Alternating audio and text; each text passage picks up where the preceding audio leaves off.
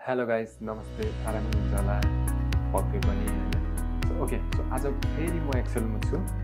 तर आज चाहिँ हामी एक्सेलमा अलिकति एउटा सिरिज सुरु गर्दैछौँ। सिरिज के हो भन्दाखेरि चाहिँ फर्मुलाको सिरिज है, formula and functions. Okay, so आजबाट चाहिँ हामी फर्मुलाजहरू फङ्सन्सहरू चाहिँ सिक्छौँ हैन। सो मोस्टली मैले चाहिँ पहिला चाहिँ ट्रिक्सहरू मात्रै सेयर गर्थेँ। यो सिरिजमा चाहिँ मैले चाहिँ एक्सेलमा भएको इम्पोर्टेन्ट फङ्सन्सहरू फर्मुलाजहरूलाई चाहिँ कभर गर्छु हैन। सो अब मैले पहिला नै डिस्क्लेमर के भन्न चाहे भन्दा चाहिँ यो भनेको एकदम बेसिकबाट सुरु गर्छु म, बिस्तारै चाहिँ इन्टरमिडिएट अनि फेरि एडभान्समा जान्छु हैन। सो आज चाहिँ फर्मुला एन्ड फङ्सन सिरिजको चाहिँ पहिलो लेसन है। सो पहिलो लेसनमा आज हामी के सिक्छौँ भन्दाखेरि सम भनेको तपाईँलाई थाहा नै छ, एडिसन हैन। ओके, सो सुरु गरौँ न त है। अलराइट, सो हामीसँग यहाँ सेल्सको भ्याल्युजहरू छ, क्वार्टर 1 2 3 4 को हैन, अनि टोटल भ्याल्युज पनि छ, ट्याक्स पनि छ हैन। सो ओके, सो अब हामीले डिस्कस गरेको भनेको सम फङ्सन हो हैन। बाई द वे, यदि तपाईँलाई कन्फ्युजन छ भने यो फङ्सन भन्छौँ कहिलेकाहीँ हामीले, कहिलेकाहीँ फर्मुला भन्छौँ, यो के हो कन्फ्युज नहुनु होला। सो फङ्सन इज बेसिकली जुन प्रिडिफाइन्ड पहिलेदेखि छ, फर इक्जाम्पल सम, काउन्ट हैन, यो सबै फङ्सन हो। जब तपाईँले एउटाको भित्र चाहिँ यसरी फर इक्जाम्पल इक्वल टु यो प्लस यो गर्नुहुन्छ नि, यो चाहिँ फर्मुला भनिन्छ यसलाई है, यो चाहिँ फर्मुला भयो।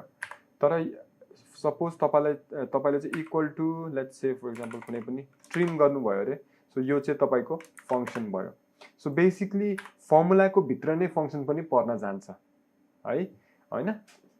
ओके, सो त्यो चाहिँ डिफ्रेन्स भयो। डिफ्रेन्स के हो भन्दाखेरि चाहिँ फङ्सन भनेको एउटा प्रिडिफाइन्ड हो हैन, इट्स अलरेडी प्रिडिफाइन्ड। फर्मुला भनेको जहाँ चाहिँ हामीले कुनै क्यालकुलेसन गर्छौँ, जहाँ चाहिँ हामीले फङ्सनहरूलाई युज गरेर क्यालकुलेसन गर्छौँ। सो हाम्रो मेन टपिकमा आउँ, जुन भनेको सम हो।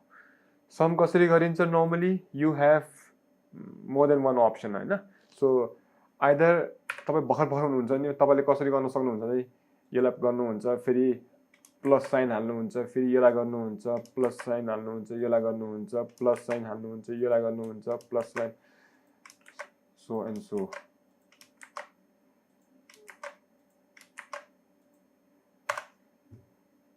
ओके, सो यो भयो। सो तपाईँले यहाँदेखि यहाँको भ्यालु चाहिँ सबै चाहिँ प्लस गर्नुभयो, तर तपाईँले 1 बाई 1 प्लस साइन चाहिँ युज गरेर यसरी गर्नुभयो।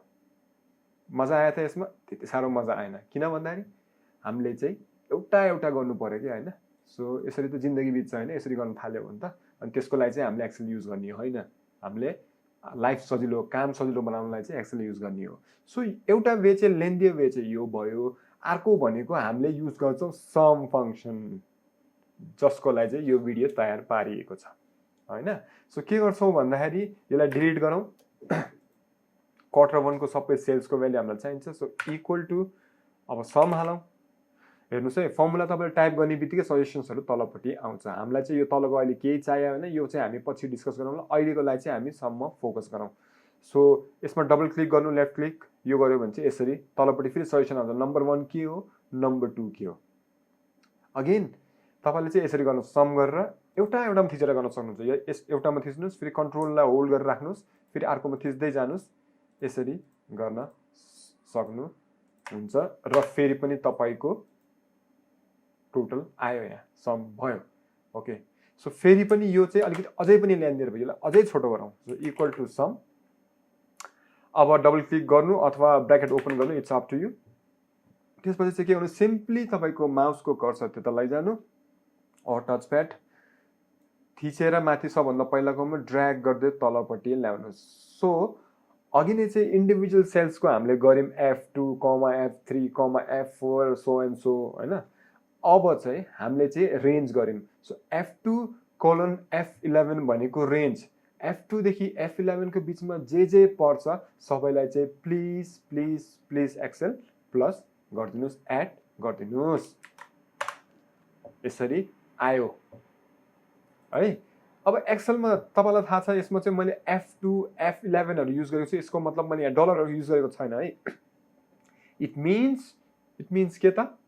इट मिन्स द्याट यो भनेको रिलेटिभ रेफरेन्स हो। यदि मैले यसलाई कपी गर्यो भने अरू ठाउँमा यसरी अरूको पनि यसरी आउने भयो। यसको यो भयो, यसको यो भयो, यसको यो भयो। सो यसरी चाहिँ तपाईले चाहिँ इजिली चाहिँ अरुको सम पनि निकाल्न सक्नुभयो। तर यो चाहिँ अहिले पछि गरौँला। सो अब हामीले के गरौँ भन्दाखेरि चाहिँ यो पनि भयो एउटा तरिका है।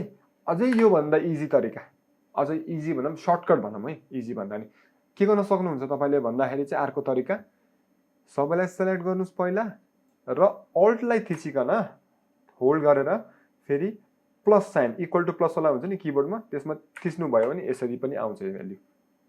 इजी।